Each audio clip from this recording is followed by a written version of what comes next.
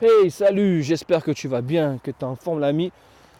Le retour de Dogcast, le podcast dédié aux chiens. Je suis désolé, j'ai fait une grosse pause, je suis tombé malade, gravement malade en quelque sorte, ça a été compliqué pour moi. Mais donc ça va mieux, ça y est, c'est derrière moi. Et donc j'ai récupéré un peu de souffle, un peu de voix. Et je voulais reprendre un petit peu là où on en était. Donc si tu découvres ce podcast, tu peux me retrouver sur Facebook, sur ma page professionnelle, Lefebvre Michael Éducation Canine. Tu peux le retrouver sur SoundCloud, tu vas pouvoir le retrouver dès que j'aurai compris comment ça marche sur iTunes. C'est un peu compliqué iTunes, mais bon, ça se met en place. Et sur YouTube. Et aujourd'hui, je voulais te parler de quelque chose qui me tient à cœur, c'est la relation que tu peux avoir avec ton chien. Et par quoi elle est motivée finalement? Par quoi est motivée notre relation avec nos chiens? Je me suis rendu compte qu'à force, la relation, dans la majorité des cas, elle était motivée par de la peur. Et c'est cette peur qui t'amène à éduquer ton chien. Parce que tu as peur qu'il saute sur les gens, tu as peur qu'il se passe ceci, tu as peur qu'il se passe cela, qu'il saute sur les autres chiens, qu'il ne revienne pas au rappel, tu as peur qu'il traverse la route quand tu es à côté de la route, tu as peur qu'il se fasse écraser. Donc tu as peur de dépenser de l'argent dans le vétérinaire, tu as peur de ceci, tu as peur de cela. Alors qu'à la base, quand tu as pris un chien ou un chiot, tu rêvais, la situation c'était idyllique. Ah, ça va être trop bien, je vais pouvoir faire ci, je vais pouvoir faire cela avec mon chien, je vais pouvoir partager ces moments-là. Et puis après, il y a tout ce que tu entends autour de toi qui va nourrir cette peur. Ce qui est important pour un chien, c'est qu'il t'obéisse au doigt et à l'œil. Ce qui est important pour un chien, c'est que tu lui donnes qu'une seule fois l'ordre. Donc ça te met une pression, tu vois. Enfin, voilà. Quand tu lui dis assis, il faut qu'il exécute. Tu lui dis pas 2 fois assis, sinon c'est que c'est pas toi le chef, c'est que c'est lui. Tu es obligé de le répéter. Voilà. Un bon maître se fait respecter au premier ordre. C'est souvent ce qu'on entend, c'est pas ce que je conseille, bien sûr. Voilà. Ou alors, des fois, on te dit, oui, mais le chien, il faut le niaver de croquettes, il faut le niaver de croquettes. Voilà. Voilà. C'est important qu'ils comprennent le positif, machin. Bon. Voilà. Et tout ça, finalement, ils t'ont amené, tous ces choix, tu les fais parce que tu as peur. Parce que nous avons peur. Tu vois, là, je suis en train de promener mon chien. Il est en totale liberté. Et il y a une voie rapide à côté. Il n'y va pas. Je n'ai même pas eu besoin à lui apprendre à ne pas y aller. Parce que si je l'aurais appris à ne pas y aller, pour lui, il n'aurait pas compris. Voilà, il aurait compris quoi? Waouh, super, les voitures, il veut que j'aille voir les voitures parce qu'il m'amène toujours vers les voitures. Je m'en écarte. Voilà. De devant le danger, je m'en écarte. Mais si finalement,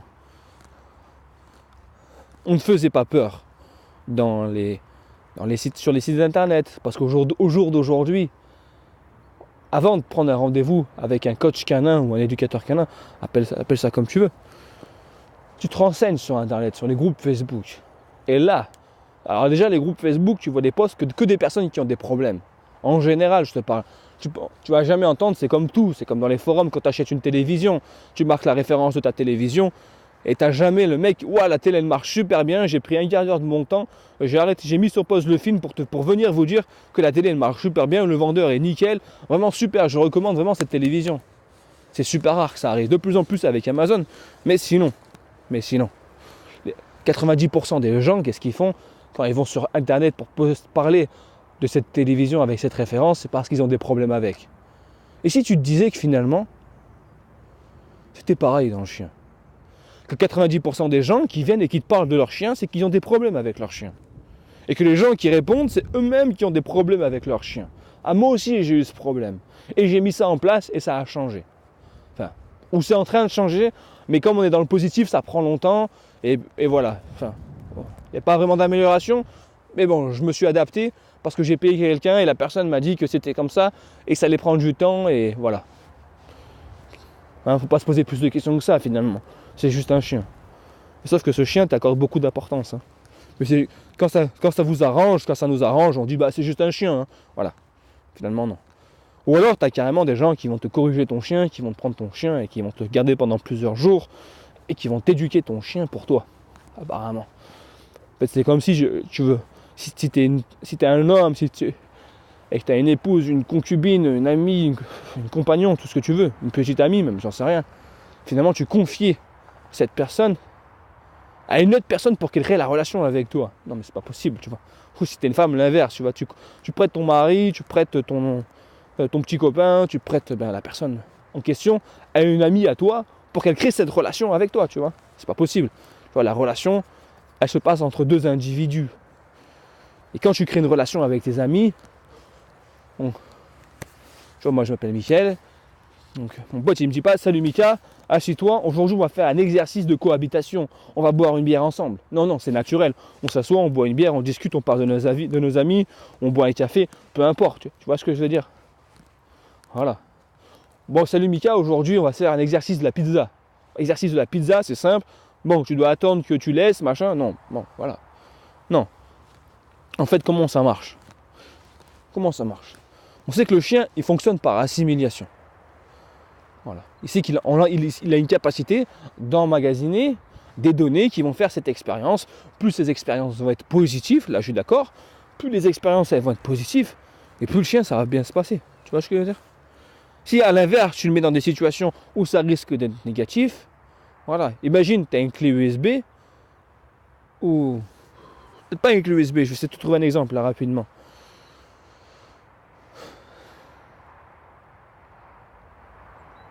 Attends, je cherche. Dans cette situation, je reviendrai dessus. Ça va me revenir. Et en fait, dans cette relation, plus tu emmagasines des choses qui sont des mauvaises expériences, on va dire, et moins tu as de chances d'avoir une relation qui est correcte avec ton chien, qui est agréable. Voilà. Je pense que l'exercice de la clé USB, ça peut être... le parallèle avec la clé USB peut marcher, tu vois. Tu as une clé USB d'une certaine capacité. Alors je ne dis pas que nos cerveaux ils ont une capacité, mais cette clé USB elle en a une en tout cas de capacité. Et tu choisis. Tu as soit l'occasion de mettre des films dessus, des bons films que tu apprécies, ou alors tu dis les navets, ce que toi tu appelles un navet. Et tu dis je sais pas pourquoi je vais attirer l'attention sur tous les navets. Je vais d'abord mettre tous les navets dans la clé USB, comme ça il me restera plus que les bons films. Non. Voilà. C'est pas comme ça que ça marche. Tu vas pas télécharger tous les mauvais films pour les mettre dans ta clé USB ou dans ta corbeille. Non, tu vas sélectionner que les bons moments, les bons films qui t'intéressent. Et finalement, avec le chien, j'espère que c'est parlant cet exemple, parce que plus je le dis, plus je me dis, qu'est-ce que tu racontes? Mais bon, voilà. Et c'est pareil avec le chien. C'est exactement la même chose. Crée, toi, un environnement calme, tu vois. Dans des situations, il faut qu'il en rencontre, c'est une évidence. Voilà, avec ton chien, il faut que tu puisses cohabiter, si tu habites en centre-ville, dans un milieu urbain, de manière fluide. Voilà. Après, il y a plein de tests, tu vois, il y a des tests de psychologie sur savoir quelle personnalité tu as, quelle relation tu as avec ta femme, tes enfants. Et il y a des tests que je mets en place avec les personnes pour voir où en est leur relation. Donc tu vois une personne qui a toujours son chien attaché et qui même en liberté, son chien est toujours en longe, c'est que la relation elle est faible. La relation est faible. Parce que le chien, lui, il est plus sensible à l'environnement extérieur qu'à son maître, ou à son humain, ou à son homme, ou à sa femme, comme tu veux. Voilà. On va dire ça, choisis-le comme tu veux. Et tout ça, c'est parce qu'en fait, lors du processus d'apprentissage, les premiers mois, on va appeler ça comme ça, les premiers mois, ton chiot, ou le chien que tu as récupéré qui était chiot, les gens passent leur temps à sensibiliser leur chien, au lieu de le désensibiliser. Voilà. Pour moi, de la désensibilisation, alors attention, je t'explique, mais c'est pas ce qu'il faut faire avec ton chien. C'est quand tu as la peau qui est brûlée, tu sais, après tu sens plus rien. Tu peux faire n'importe quoi dessus, tu peux mettre des aiguilles, tu peux piquer, tu peux même ramener une flamme dessus, tu sentiras plus. Et ce que j'essaie de faire, moi, comme chien, ce que j'essaie de faire, voilà, de façonner comme chien, c'est des chiens qui sont insensibles à notre environnement. C'est que finalement, il peut se passer quoi que ce soit, un autre chien qui le croise, pour lui, il s'en fiche. Qui a un vélo, il s'en fiche. C'est pas qu'il le laisse ou qu'il s'assoit et qu'il bouge pas. C'est pour lui, c'est normal. Voilà. Pour lui, c'est normal. Et finalement, c'est un autre apprentissage de tout ce que tu peux t'apprendre sur Internet, même des soi-disant meilleurs éducateurs canins, à la mode, sur YouTube et tout. Non, ça n'a rien à voir. Moi, je te parle de quelque chose de naturel, de concret, quelque chose qui prend aux tripes, d'une vraie relation avec ton chien. D'être en communication avec lui d'une manière... Enfin... Ouais.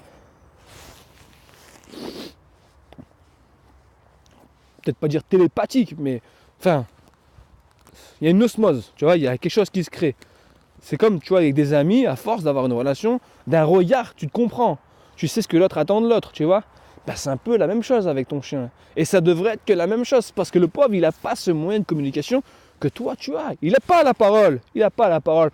Donc arrête de parler à ton chien, il n'a pas la parole. Pour lui, c'est juste des sons. C'est vrai, ça, en fait, ça m'énerve. Des fois, ça m'énerve, tu vois. Toujours mettre des mots. Non, mettre des actions. Mettre... Soit d'être dans ce moment-là. Être en paix, dans le calme, dans la confiance, dans des situations, que de mettre des mots. Laisse le chien, laisse le vélo, laisse le machin. Mais le mot laisse, ça veut rien dire pour ton chien.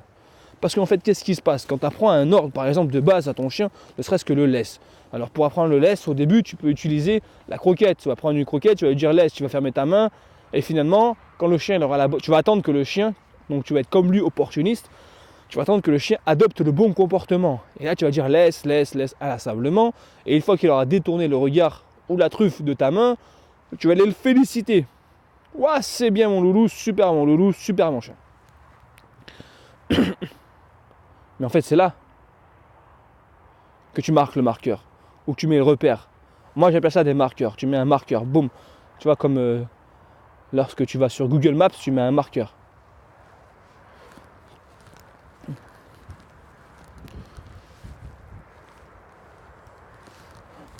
Alors, tu vois, voilà, c'est bon. Tu vois, mon chien, je ne parle jamais. Je parle très rarement. Je n'ai pas besoin de lui parler. Parce qu'il comprend. Tu vois, je ne sais pas si tu l'as entendu là, il était au moins à 150 mètres et il allait vers la voie rapide. Et lui dire, non, on va pas aux voitures, reviens, au pied. Là, je lui ai montré ce que je voulais, par mon attitude. Voilà. C'est ça que je veux te transmettre. C'est que c'est ton attitude. C'est pas la meilleure technique du rappel, en long, je rappelle ton chien, tu donnes une croquette. Non, voilà. Montre le détachement envers ton chien. Tu verras qu'il va s'attacher à toi, s'il a besoin de ça.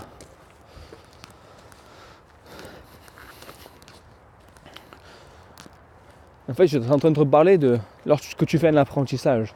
Tu utilises des mots, le mot laisse. En fait, tu vas féliciter le comportement. Et là, je pense que je vais te donner pas une astuce, mais une vérité pour moi.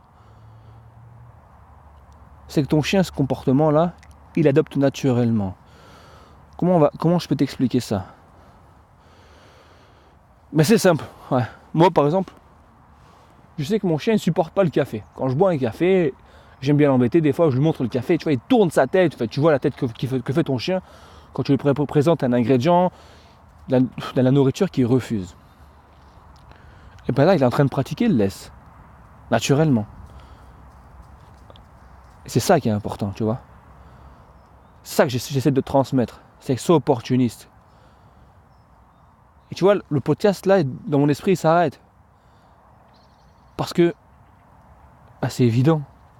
Un chien est opportuniste. C'est-à-dire qu'il va il va saisir toutes les occasions possibles pour se faire le bien pour lui. C'est pour ce qui est bien pour lui. S'il peut manger un bout de pain, s'il peut manger cela. Voilà. On se rappelle déjà, ne serait-ce que la nourriture, je pourrais en faire 52 podcasts sur la nourriture. Voilà, de rationner un chien, c'est une aberration. Et de donner à manger tout le temps, c'est une aberration. Alors comment on fait? Et donc, je sais pas. Il n'y a personne qui sait. Il n'y a personne qui sait. Il n'y a personne qui sait parce que finalement, c'est... Dans la nature, le chien, il n'y a pas la nourriture à la volonté. Il n'y a pas un grammage. Enfin, il n'y a pas une dose par jour. Il ne mange pas forcément tout d'un coup. Et comme il est opportuniste, il peut se casser le ventre sur un vieux lièvre mort depuis quelques jours parce qu'il a super faim. Et voilà, il bouffe entièrement le manger entièrement parce qu'en fait, il sait qu'il va en avoir pour plusieurs jours et il n'est pas sûr de retrouver de la nourriture plus tard. Et en fait, un chien, c'est un animal, ça vit sur ses réserves. Et nous, on gave à longueur de journée. Et déjà, nous-mêmes, on est gavés à longueur de journée, nous les humains. Voilà, tu vois, je pratique un petit peu des formes de jeûne, tu vois. Et je me rends compte qu'on peut vivre plusieurs jours sans manger, tu vois, facilement. Easy quoi, franchement facile. Le plus dur c'est mentalement, pas physiquement, c'est mentalement. C'est toutes les addictions, toutes les peurs qu'on a, tu vois, et ça revient pareil. On est rythmé par les peurs. Essaye de vivre un peu, tu vois. Enfin, je suis un peu perché pour certaines personnes, mais mon rêve c'est de manger qu'un seul repas pareil, toujours tous les jours pareil, pendant au moins X temps, pour voir un peu, voilà, si j'aurais toujours le même appât pour la nourriture que mon chien.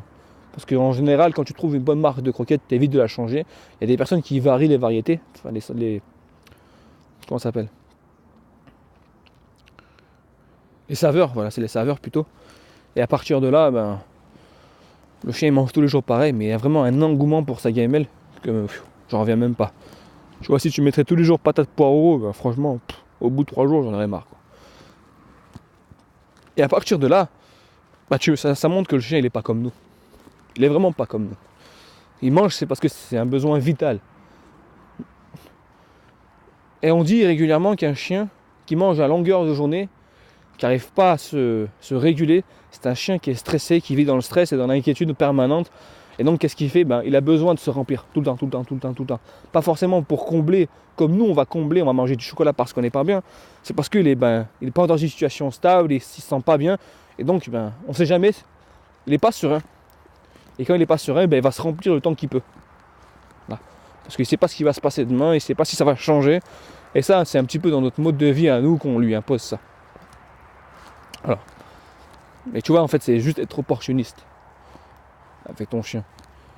Voilà un petit peu pour le podcast d'aujourd'hui. Il avait un petit peu, pas forcément de but. J'avais envie de te parler de... J'avais envie de te parler de ça, en fait. Tu vois que le chien, c'est opportuniste. Et qu'en fait, il n'y a pas besoin de l'éduquer. Parce qu'il fonctionne par mimétisme. Et en fait, il va jusqu'à caler ses émotions sur tes émotions. Et ça, c'est quelque chose que nous, humains, aujourd'hui, en 2018, tu vois, on n'est pas préparés. On n'est pas préparés parce qu'on est dans une ère où, ce qu'on va appeler, c'est ceux qui travaillent dur pour mériter quelque chose. Tu vas faire les choses pénibles, c'est normal. Tu vois, en ce moment, dans l'ère 2018, on est dans la souffrance. On aime quand on souffre. On souffre à la salle de musculation, on souffre pour être, on te le dit, il faut souffrir pour être belle, il faut souffrir pour avoir une bonne situation. On est vraiment dans une ère de souffrance. Et quand on s'inflige ça à soi-même, en tant qu'humain et individu, on a du mal à être, on devient hermétique à tout ce qui est ces sensibilités de la nature, tu vois, ces subtilités. Voilà. Et on pense que pour le chien c'est pareil, il faut être dur pour qu'il comprenne. Tu vois, il y a des adages qui sont durs, hein. Main de fer dans un gant de velours. Mais qu'est-ce que ça veut dire? Tu vois? J'ai jamais compris cette phrase. Alors, tout le monde va pouvoir t'expliquer à sa sauce. Mais je dis ça à mon chien, Olaf viens là au pied et je vais devenir une main de fer et un gant de velours pour toi. Ça veut rien lui dire pour lui. Voilà. Donc ça veut dire qu'il faut être doux en apparence, au toucher, et il faut être ferme. Ouais. Il faut être, tu vois. Et c'est toujours des mots, il faut. Et ce que moi je transmets aux personnes, c'est que tu peux devenir un bon maître pour ton chien. Voilà, un bon maître, un bon guide, tu vois. En fait, finalement, tu es un maître pour ton chien quand il apprend au travers de toi. Et pas quand c'est toi qui lui apprends. Voilà, c'est un peu... Et tu peux être un bon maître sans forcément devoir mettre le masque de l'éducateur canin ou de la méthode positive pendant une demi-heure par jour lorsque tu fais des exercices avec lui ou lorsque tu es en laisse avec lui. Mais c'est du matin que tu te lèves au soir où tu te couches. Même quand tu dors, ton chien, finalement, il t'analyse, il t'observe, il regarde et il crée sa base de données, ses expériences avec toi. Et ça lui fait un tiroir de connaissances et il sait qui tu es finalement. Et c'est pas en mettant 15 minutes par jour ou 20 minutes par jour ce qu'on te vend sur internet ou que certains éducateurs canins te conseillent pardon, des exercices que tu vas pouvoir créer une relation stable avec ton chien parce que sur 24 heures que tu passes avec lui, 15 minutes c'est vraiment rien du tout, quoi. C'est le quart d'une heure. Donc c'est-à-dire qu'il te reste 23 heures et 3 quarts par jour où tu interagis avec ton chien, tu communiques avec lui sans le savoir de ta propre personnalité Et en fait, c'est sur toi-même qu'il faut que tu fasses les changements, sur ta personnalité. Ça ne veut pas dire devenir quelqu'un d'autre, devenir ferme, autoritaire ou quoi que ce soit. C'est juste apporter une cohérence et une constance sur ce que tu veux avec ton chien. Et surtout pas te plaindre si c'est un chien qui vit avec tel comportement. Parce que souvent, c'est ton environnement qui a créé ce chien. Et je te laisserai sur cette conclusion. Je te souhaite une excellente fin de journée. Je te dis à très vite. Ciao.